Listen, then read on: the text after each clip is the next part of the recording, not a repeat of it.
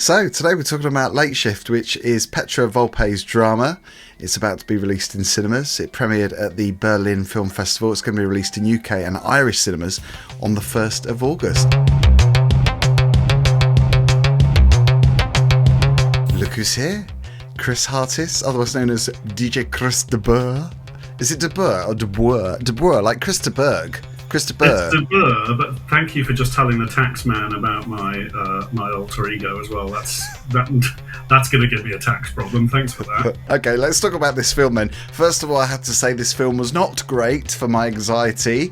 I watched this on the first night because Jeremy went into hospital for a hip replacement, and he just had the surgery and he was still in hospital. I was at home. It was a very hot summer's evening. I couldn't open the windows because the dog, I've got a rescue dog and it goes crazy. I'm going to tell you my life story because that's what we do here. Do people need to know this, really? So I had sweaty palms, but there's a couple of reasons why I had sweaty palms, because of the weather, but also because of this film. You just described it as a drama, and I've got to say, drama is the word, isn't it? I mean, this is a dramatic film in lots of ways. Yeah, very powerful. So it follows Floria, who is a dedicated, hardworking nurse on an understaffed hospital surgical ward. I think there's like 3 members of staff or something ridiculous in this hospital on the ward. But somebody's on holiday or sick or something, so they're a bit short-handed is the setup, isn't it? Yeah. As we all know, what happens in hospitals and in doctor surgeries, you know, they're usually understaffed. I mean, the NHS is really a breaking point, isn't it? And I think this film demonstrates that quite well. Even though it's not set in the UK, I think it's quite a global problem. Well, do you know, I think it illustrates my anxiety was buzzing away for the whole time as well, because I don't work in healthcare, but like just about everybody, I work in a job where there are competing demands being made on you all the time, and where you're having to just decide, is this thing important or is that thing important? Is this person important or is that person important? And you're being forced to make choices all the time. We all have to do this as grown-ups. It's a grown-up thing we have to do. But what you are getting writ large in this film is that this woman's very real, this nurse's very real problem with having to deal with what's in front of her and demand of somebody and having to think on her feet. She's getting basically no support in making any of these decisions. So, you know, she'll get a patient saying to her, I need X, Y, and Z. And she says, okay, fine, I'll go and sort that out now. And on the way out, somebody else will say to her, oh, I need this. Nobody is there to support her and help her make a decision about whether patient X is more important than patient Y. She feels very kind of unsupported in this kind of massively challenging environment. And, you know, it taps into something about all of us, I think, about having to just manage that, you know, what it's like to be a grown-up and having to manage responsibility and your obligations to other people. That it immediately triggers that in just about everybody, I think, that's going to watch it, you know. Because you see her being pulled left, then right, then up, then down. I mean, I don't know how she found the strength to do what she did. And I think throughout the whole film, you're wondering when she's going to break or if she's going to break, because she's having to do so much. She's having to do probably more than she should have to in her job. But then that's the job, isn't it? That's what they have to do. They have to perform miracles in a way, because it's a life and death situation. You know, they're obviously looking after these patients. About halfway through, I thought, I wish I'd started writing a list of all the things that she had to do, because you start to realise that you can't remember the things she's been asked to do, and you think, oh my God, if I was in her position, I'd have forgotten what people have asked me. And I wanted to kind of square the circle. I wanted to go, okay, well, they asked for this, she's done that. They asked for this, she's done that. But it's unresolved. You never know if she's done all of the things she was asked to or not. And you end up with this massive anxiety yourself as a viewer. You think, oh, my word, you know, did she do all of those things? Is that person going to be okay? Did they get their painkillers? And you really care. And I think actually, just to get a bit techie about it's not filmed in quite real time. It's not literally real time because it's the whole of her shift that goes past an hour and a half. But there are elements of it that feel very real-timey. So you feel very much there. Lots of the camera work, the direction, this sort of follows her around, or it follows her on routes, and you feel very much involved and invested.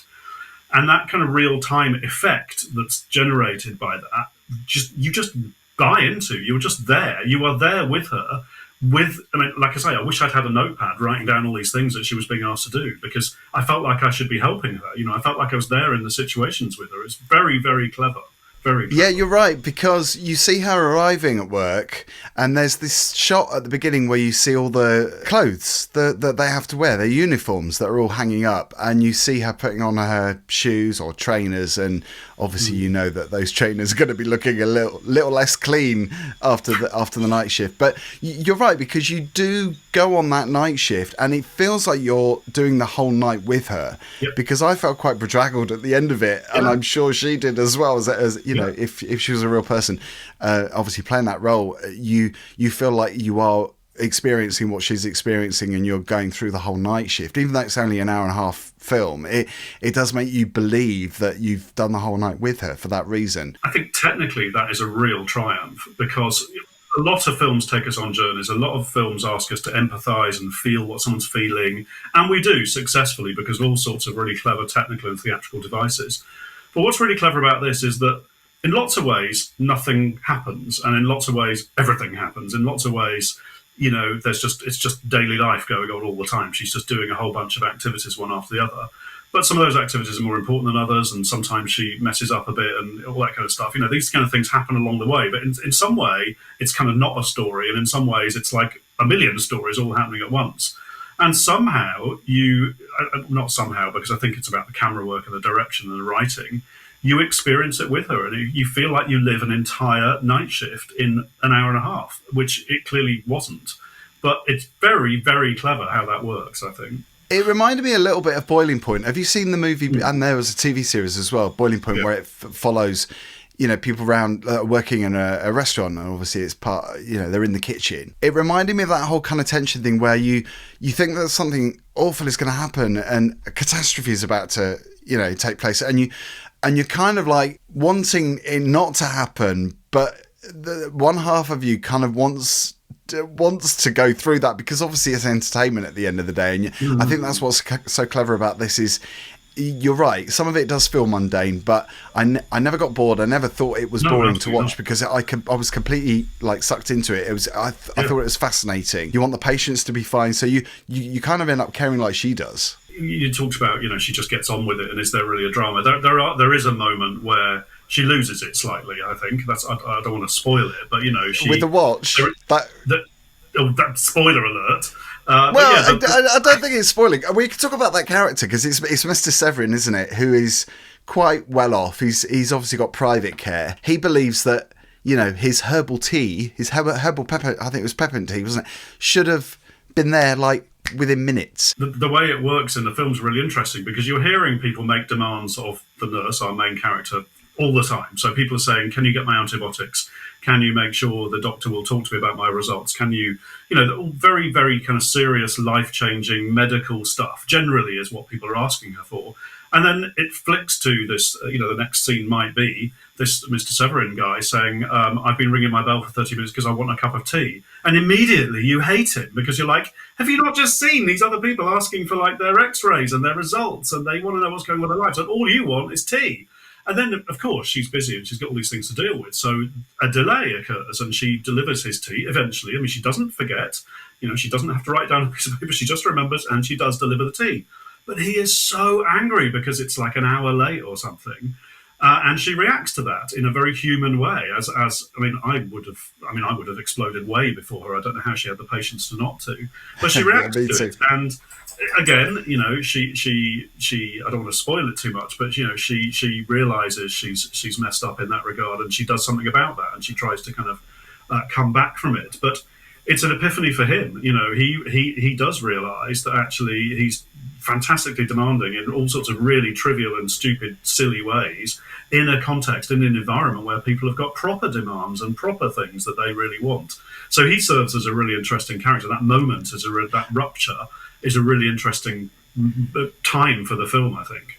I thought that was great. I thought it was very clever, because you realise, well, I guess everything is a priority when patients, are going through cancer or whatever, reason they're in hospital for. it's all priority. But then you do think, because of his outburst with the tea, you just think, oh, hang on, like, there are other priorities here, and she's obviously tending to other people who are in a worse situation.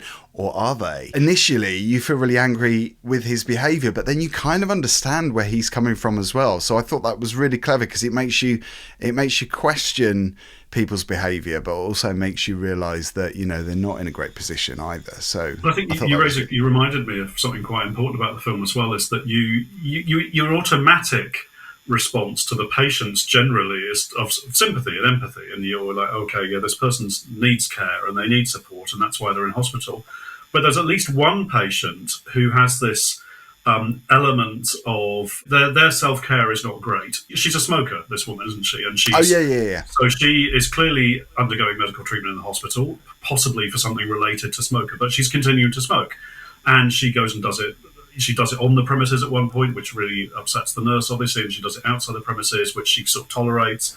With her oxygen tank as well. It's like, I mean, why?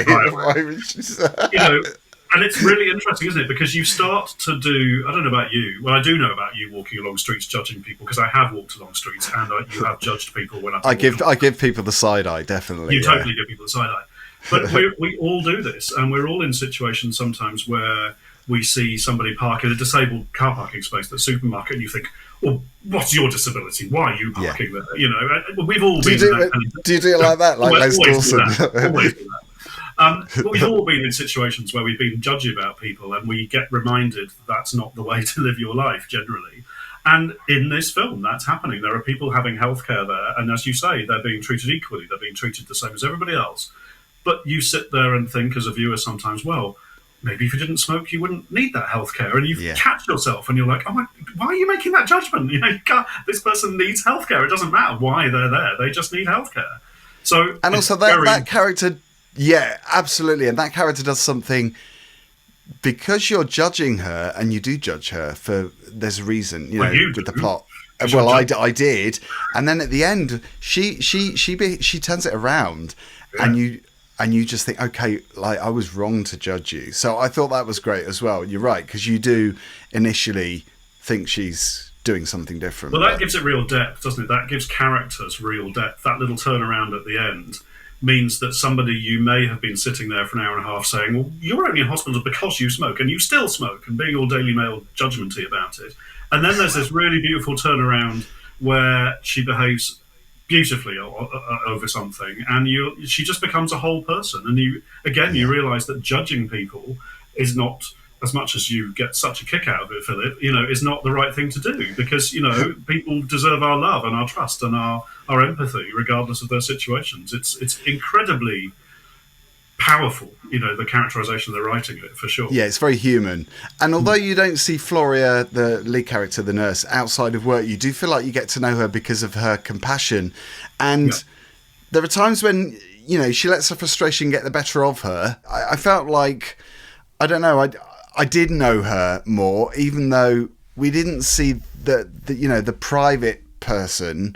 We saw her professional, you know, we saw her at work, but I felt like I knew her. And, you know, you see her at the end going to get her bus at the end, and that's the only time you see her outside of the hospital. And there's a moment where she runs outside to try and find someone, but there are little leaks, aren't there? Like, she makes a phone call to her. She's going through a separation or a divorce, I think, and she makes a phone call at one point in her break to speak to her daughter, who's, I think, going on a trip or something. So she speaks to her daughter, and it's like good night and that kind of stuff. And you see these elements, tiny little glimpses of her personal life. But yeah, this is a film about a professional in a stressful environment.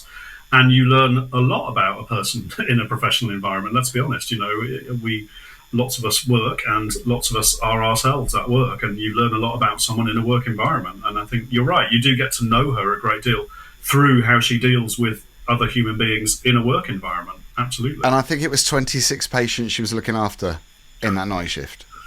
Unbelievable. Because you've got an elderly man who's awaiting a cancer diagnosis. You've got a woman who is terminally ill. She's got 3 adult sons who are more of a burden on her and her time. And you've got a cancer-stricken young mum, not, you know, wondering whether she should continue the treatment. So you've got all these dilemmas that not just the patient's facing, but, you know, she's having to deal with that as well. So It is really complicated, and there's a lot to it, this film. And I don't think it goes for shock elements either. I think that would have been the easy option for something like this, where it's based in a hospital and you've got one night of all these dilemmas, all these problems, for it to be something really genuinely horrific. But I think actually it feels more human than that. It taps into the humanity, and it makes you question your own family and your friends, and what you would do if you were in hospital, your friends or family were in hospital. Would you behave the same way? Would you want a nurse like her to be treating these patients? And yeah, I think it was stressful to watch for sure, but I think it's so heartfelt and so brilliantly done that you are invested and you're interested in what's going on. For me, it was a real portrait of care. It was, you used the word caring for patients there, and there's caring and there's caring, isn't there? I'm sure some people in healthcare are perhaps not the right people to be in healthcare, and they will look after their patients and do what they need to. And I'm sure that's all good, and I'm sure it meets benchmarks.